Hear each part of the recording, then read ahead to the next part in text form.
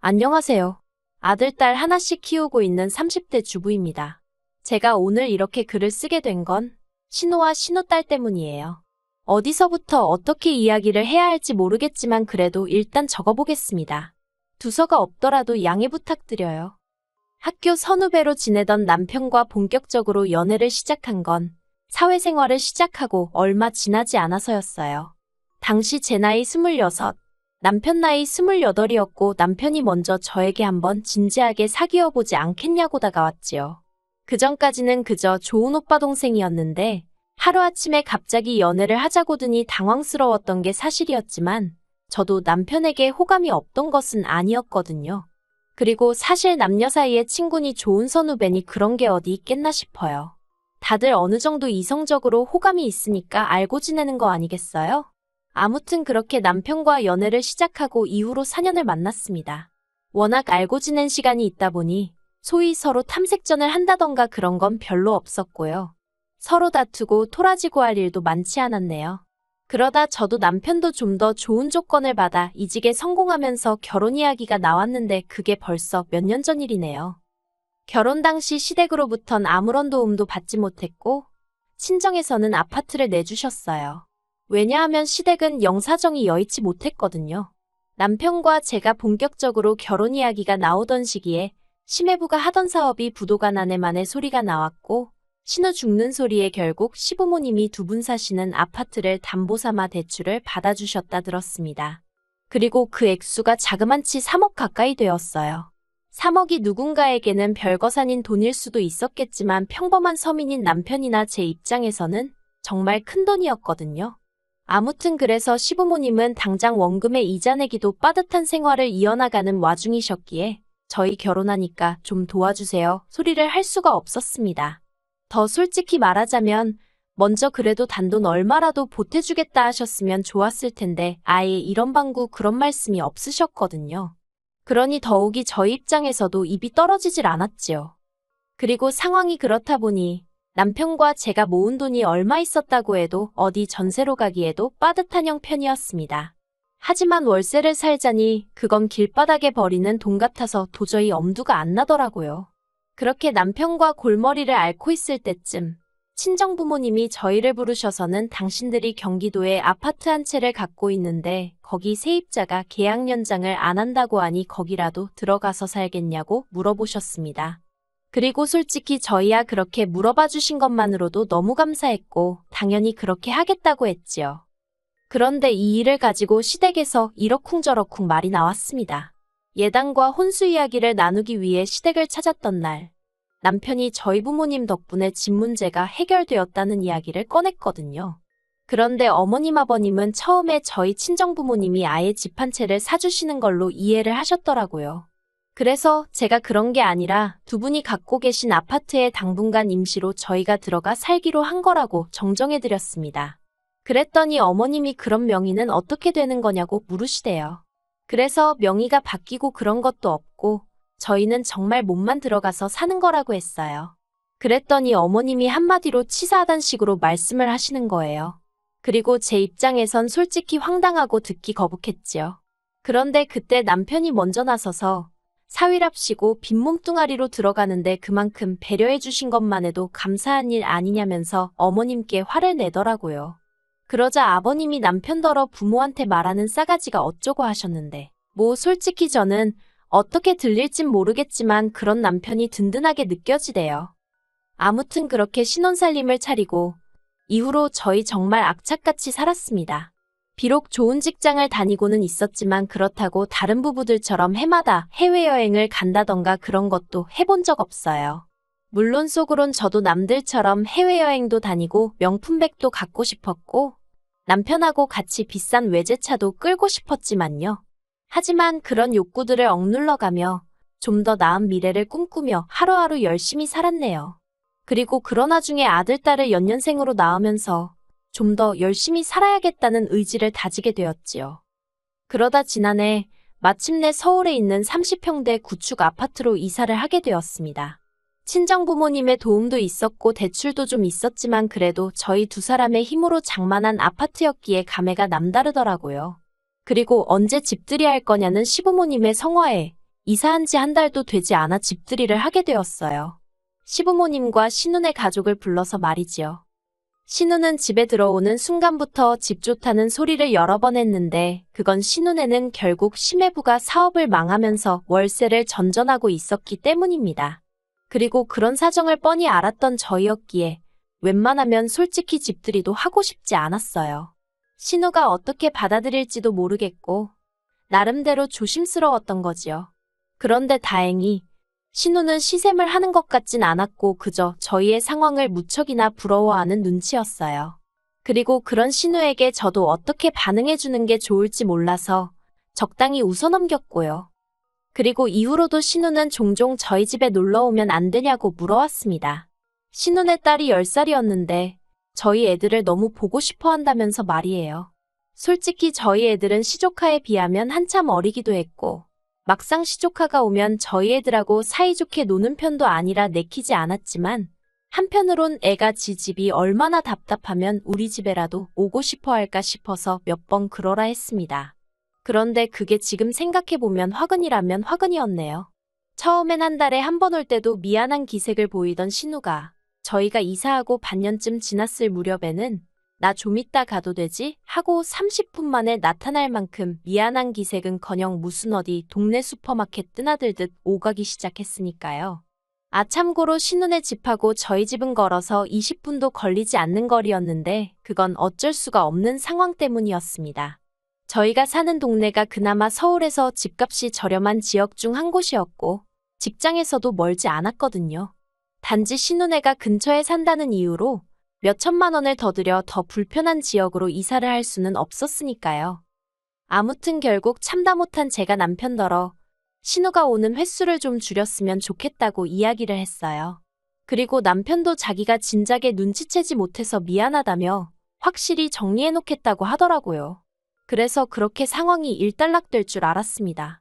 그런데 이게 웬걸. 시부모님으로부터 생각지도 못한 호출을 받고 시댁에 가게 되었는데 거기서 충격적인 소리를 들었네요. 시댁에 도착하니 어머님께서 어두운 표정으로 현관을 열어주셨습니다. 그리고 저는 속으로 어머님 아버님한테 무슨 건강상의 문제라도 생겼나 싶더라고요. 그렇지만 어쨌든 간에 좋은 일 같지는 않아서 먼저 이러쿵저러쿵 묻지 않고 그저 어머님이 말문을 여실 때까지 기다렸습니다. 그리고 이윽고 어머님이 입술을 떼셨는데 주제는 다름 아닌 신우였어요. 설마 신우 이야기려나 생각도 잠깐 했었는데 어머님 입에서 정말로 신우 이야기가 나와버리니까 이야기를 듣기도 전에 머리가 복잡하더라고요. 혹시 돈 이야기면 어떻게 거절해야 하지 싶었고 그런데 어머님이 꺼내신 이야기는 단순히 돈을 빌려주고 말고 하는 것보다 더 어이없는 것이었습니다. 어머님이 말씀하시길 심해부가 2년 전부터 아무도 모르게 주식에 손을 대고 있었답니다. 돈은 대출이 되는 곳이라면 몇 금융권이고 개의치 않고 융통을 했다고요. 하지만 수익은 조금도 내질 못해서 결국 월세도 제대로 내지 못하는 상황에 이르렀던 모양이에요. 그리고 결국 신우가 시부모님께 손을 벌렸는데 며느리로서 이렇게 표현하는 것이 껄끄럽지만 저희 시부모님 두 분 상황을 표현하자면 당신들 코가 석자인 분들이시거든요. 생활은 연금하고 저희가 매달 드리는 얼마간의 용돈으로 이어나가고 계셨고요. 그러니 당연히 아무리 사랑하는 딸이라고 해도 어떻게 도와주실 상황이 안 되셨을 거고. 그래서 저희를 부르신 거였어요. 어머님의 요구사항은 간단했습니다. 당장 나가는 월세라도 줄여야 하지 않겠냐며 저희더러 신우네 식구랑 합가를 하라는 말씀이셨지요. 저희 아파트가 30평대이고 창고처럼 쓰는 방도 하나 있으니 그걸 내주면 될 것 같답니다. 그리고 시조카는 저희 애들하고 한 방을 쓰게 하면 되지 않겠냐고요. 정말이지. 저희에게는 처음 하시는 이야기셨지만 얼마나 많이 이렇게 저렇게 상상의 나래를 펼쳐보셨는지 어머님 입에서 줄줄줄줄 이야기가 쏟아져 나오더라니까요. 그리고 당연히 저희 반응은 싫어요였습니다. 30평대 아파트가 무슨 으리으리한 궁궐도 아니고 어떻게 두 가족이 사느냐고 안 된다고 했어요. 그랬더니 어머님께서 그거 방 한 칸 내주는 게 무슨 얼마나 대단한 일이냐며 그렇게 째째하게 구느냐고 저에게 화를 내시대요. 그러자 옆에 있던 남편이 왜 이 사람한테 그러냐면서 어머님더러 그렇게 안타까우면 어머니가 누나 데리고 사세요 하더라고요.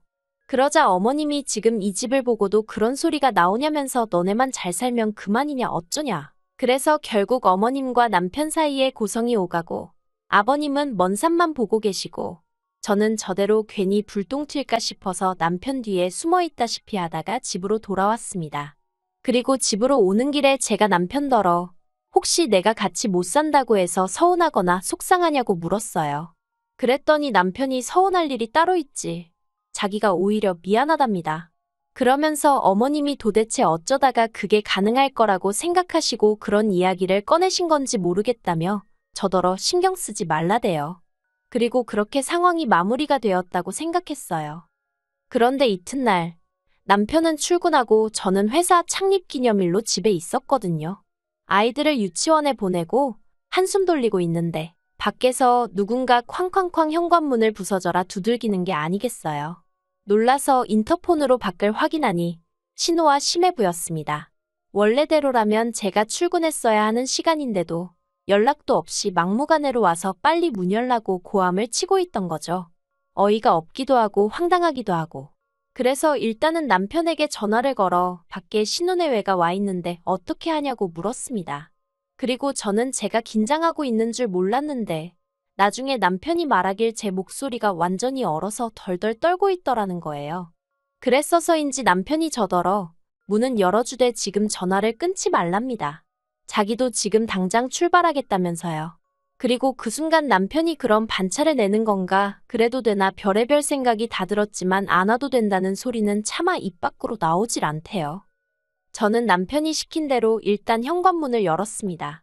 그러자 신우랑 심해부가 씩씩거리면서 집 안으로 들어오더니 저희 집을 한번 휙 둘러보고는 진짜 집까진 유세가 대단하답니다. 그래서 제가 유세라고 부린 것도 없다. 그냥 두 가족이 살기에는 불편할 것 같아서 싫다고 말한 것뿐이라고 했어요. 그랬더니 신우가 한다는 말이 자기가 생활비를 안 내겠다고 한 것도 아니고 안방을 내놓으라고 한 것도 아닌데 왜 싫으냐입니다. 그리고 그런 억지를 쓰는 신우랑 도저히 대화가 안 통한다 싶었는지 저도 모르게 이러니까 실추하고 대꾸를 해버렸네요. 그러자 신우가 어이가 없다는 듯이 저 말하는 것 좀 보라면서 정말 너무하답니다. 막말로 자기네가 거리로 나앉으면 전부 다 저 때문이라나요. 저는 더는 사람 대 사람으로 대화가 안 통한다 싶어서 아무런 대꾸도 안 하고 그저 할 이야기 다 끝나셨냐 소리만 했습니다. 그랬더니 심해부가 앞으로 나서서는 제 어깨를 자기 손가락으로 툭툭 치면서 평소에 착한 척은 혼자 다 하더니 무섭네요 무서워하며 빈정거리대요. 그리고 그때는 남편이 오겠다고 한 지 얼마 되지 않은 상황이었는데도 옆에 없는 남편이 원망스러울 만큼 상황이 무섭게 느껴졌어요. 제가 심해부더러 지금 이게 뭐 하는 짓이냐고 제 몸에서 손 떼시라 했습니다. 그러자 심해부가 자기가 저를 때리길 했냐 꼬집기를 했냐 계속해서 빈정거리더니 급기야는 자기 어깨로 저를 탁탁 밀더라고요. 그리고 그때 뒤에서 지금 뭐 하는 짓이냐는 소리와 함께 친정부모님이 눈에 보였습니다. 그러고 보니 친정부모님이 오전에 서울병원에 예약이 되어 있으니 일이 끝나는 대로 저희 집으로 오시겠다 했었거든요. 그런데 제가 그걸 까맣게 잊고 있었던 거지요. 친정아버지가 저를 확 잡아 끄시더니 심해부더러 지금 이것도 다 폭행인 거 모르냐면서 친정어머니더러 저 데리고 병원 가서 진단서 끊어오라고 하시는 거예요. 그리고는 경찰도 부르라고요. 그러자 순식간에 집안이 아수라장이 되었고 그때 남편이 헉헉거리며 저기서 뛰어오는 게 보였어요. 저도 모르게 반가운 마음에 여보하고 부르는데 순간 눈물이 왈칵 나서는 친정어머니가 남편더러 지금 이게 무슨 일이냐면서 어쩌면 저렇게 경우들이 없냐고 이대로 가만히 못 넘어간다고 크게 화를 내셨습니다. 그리고 그제서야 신우가 상황이 자기들한테 불리하단 걸 깨달은 건지 그런 게 아니라며 말도 안 되는 변명을 하기 시작했는데 저희 친정부모님은 물론이고 저나 남편도 그걸 귀담아 들을 리가 없었지요. 남편이 신우더러 가만 안 두겠다면서 기어이 여기까지 와서 행패냐고 악을 썼어요. 그리고 저희 친정부모님도 남편더러 사돈이고 뭐고 이대로는 못 넘어간다며 법적인 조치는 다 취하겠다 하시대요. 참고로 저희 친척 중엔 아주 유명하진 않아도 변호사도 있고 경찰도 있었거든요. 그리고 저희 친정아버지는 말씀하신 대로 신혼예외를 폭행으로 고소하셨습니다. 그리고 제가 이기면 저희 쪽 변호사 비용까지 자기가 다 물어야 한다는 사실을 안 신우가 그제서야 저한테 미안하다며 자기가 순간 눈이 돌아갔었다며 사과를 하고 난리더군요. 그런데 남편이 봐주지 말랍니다. 사람이 순해 보이니까 아주 헛개비로 보고 덤빈 거 아니겠냐면서 끝장을 봐야 정신 차린다고요. 그리고 저는 고민 끝에 남편 뜻에 따르기로 했어요. 착한 줄 알았는데 어쩌고 그 소리 들을 때 정말 기분이 너무 나빴거든요. 그리고 말한 대로 저는 안 착한 사람이니까 굳이 자비를 베풀 필요가 있겠나 싶대요. 그리고 이 일로 시부모님은 남편더러 괘씸한 놈이니 아주 부모 형제도 몰라보는 망나니니 뭐니 온갖 악담을 퍼부으셨고 그걸로도 분이 안 풀리셨는지 영 끊고 살자셨습니다. 당신들 죽었다는 소리가 들려도 아는 채도 말라면서요. 그런데 남편이 덤덤하게 알겠다는 말 한마디만 하더라고요. 저한테 자세히 말은 안 해도 자기도 그간 시부모님께 맺힌 게 많았던 모양이 돼요. 그리고 제가 생각하기에 제가 여기서 해야 할 일은 그저 그런 남편 옆에서 묵묵히 자리를 지켜주고 고마움을 표현하는 일뿐인 것 같습니다. 남편이 누구보다 저와 아이들을 제일 우선으로